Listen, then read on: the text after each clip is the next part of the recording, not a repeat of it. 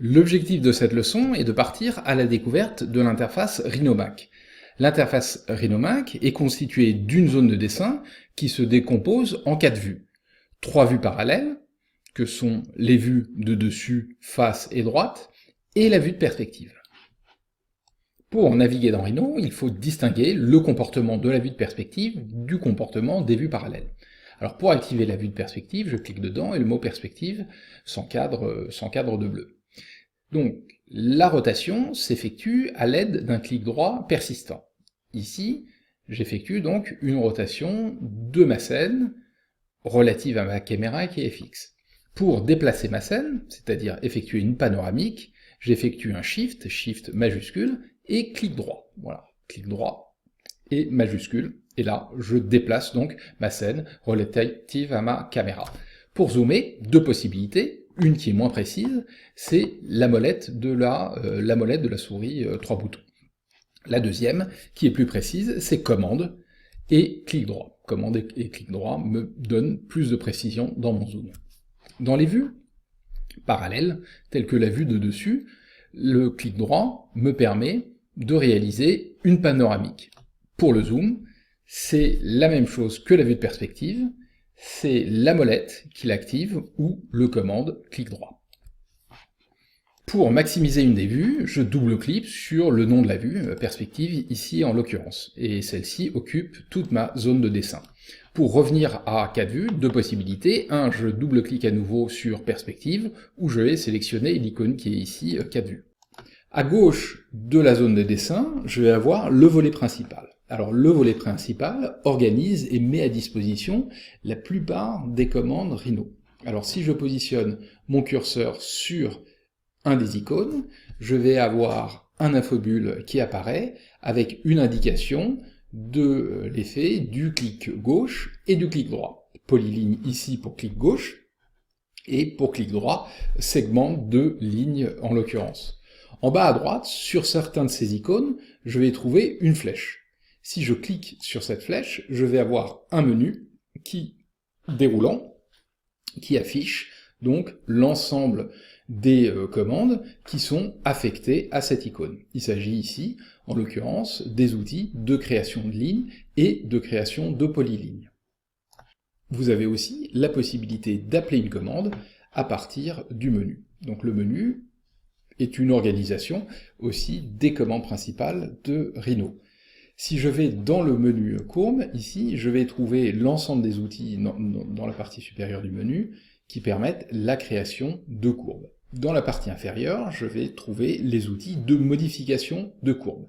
Prolonger une courbe est une modification de courbe, alors que cercle, centre rayon, est un outil de création. Donc, l'organisation en fait du menu est assez logique et suit le flux de modélisation. Je vais trouver ici les outils de création de courbes, donc ces courbes servent de base à la création de surface qui sont assemblées pour former un solide. Donc de la même manière, dans Surface, je vais trouver les outils de création de surface et les outils de modification. Prolonger une surface, congeler entre surfaces par exemple. Solide, même chose, les outils de création de solides à partir de primitives type boîte, et les outils de modification type décalé.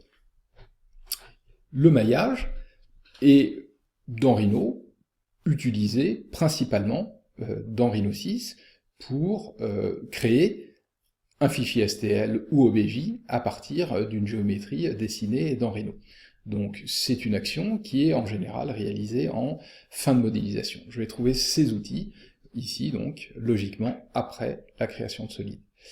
Les outils de mise en plan sont dans cette famille d'outils. Donc je vais trouver les cotes linéaires, la possibilité de coter un rayon, un diamètre, ou éventuellement de créer un dessin 2D, comme nous le verrons très certainement dans des exercices d'application. Les outils de transformation se trouvent organisés ici, avec le déplacement, la rotation, les mises à l'échelle. Beaucoup d'outils très puissants dans Rhino. Analyse, met à disposition des outils qui permettent de mesurer des longueurs ou des distances, ou éventuellement afficher des courbures, voilà, sur nos géométries. Vous avez une troisième façon d'appeler une commande dans Rhino, c'est la ligne de commande. Donc dans la ligne de commande, si je tape LIG, ici, je vais avoir en haut toutes les commandes qui commencent par LIG. En bas, je vais avoir toutes les commandes qui contiennent les trois lettres LIG. Donc ici, si j'appelle donc cette commande ligne, ici, je vais avoir une série d'options, de commandes, qui me permettent, par exemple, de créer une ligne à partir de deux côtés. Voilà. À droite, je vais trouver mes panneaux, à commencer par le panneau en haut à droite, qui est le panneau propriété. Donc une fois l'objet sélectionné, j'ai des informations ici sur les propriétés de cet objet. Il s'agit en l'occurrence d'une courbe ouverte, ici, qui est positionnée sur le calque défaut, et dont la couleur d'affichage est la couleur affectée au calque, qui est le noir, ici. En dessous, je vais avoir d'autres panneaux, dont le panneau calque. Alors le panneau calque permet l'organisation des géométries, éventuellement d'afficher ou de cacher certaines d'entre elles, de verrouiller tout un ensemble de géométries, de leur affecter une couleur d'affichage et éventuellement un matériau. Le parchemin permet de visualiser l'historique de commande. Donc ici, j'ai par exemple accès à la commande ligne qui a été appelée. Si je réalise une action type où j'appelle une commande d'analyse, et que j'obtiens un rayon, donc le rayon sera mis à disposition dans cette fenêtre. Je vais aussi trouver ici des plans de construction, et éventuellement des matériaux que je peux créer et venir affecter à mes géométries. Un clic droit dans la fenêtre de visualisation, ici, me permet, par exemple, de répéter une commande. Répéter ligne, j'ai accès à l'ensemble des dernières commandes qui ont été appelées. Alors, il se trouve que dans Rhino, on va souvent répéter une même commande. Donc, plutôt que d'aller la chercher dans le menu, on va effectivement profiter de cette possibilité. Pour rappeler une dernière commande, j'ai aussi la possibilité de faire entrée, donc voilà, taper sur la touche entrée, ou sur la barre d'espace. Barre d'espace et entrée, dans Rhino, s'apparente à la même action.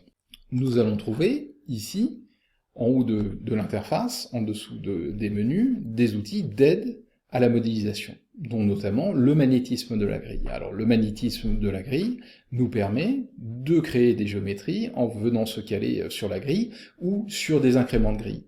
De la même manière, on va trouver des outils comme le manipulateur, ici, qui permettent effectivement des transformations de nos géométries. En bas à gauche, sous le volet principal, je vais trouver mes accroches aux objets. Alors les accroches aux objets sont utiles quand on veut créer ici une géométrie qui viendrait par exemple se caler en début de ligne, au milieu du segment déjà existant. Cette première leçon qui nous a permis de découvrir l'interface Rhino Mac se termine, et je vous donne rendez-vous dans la prochaine leçon.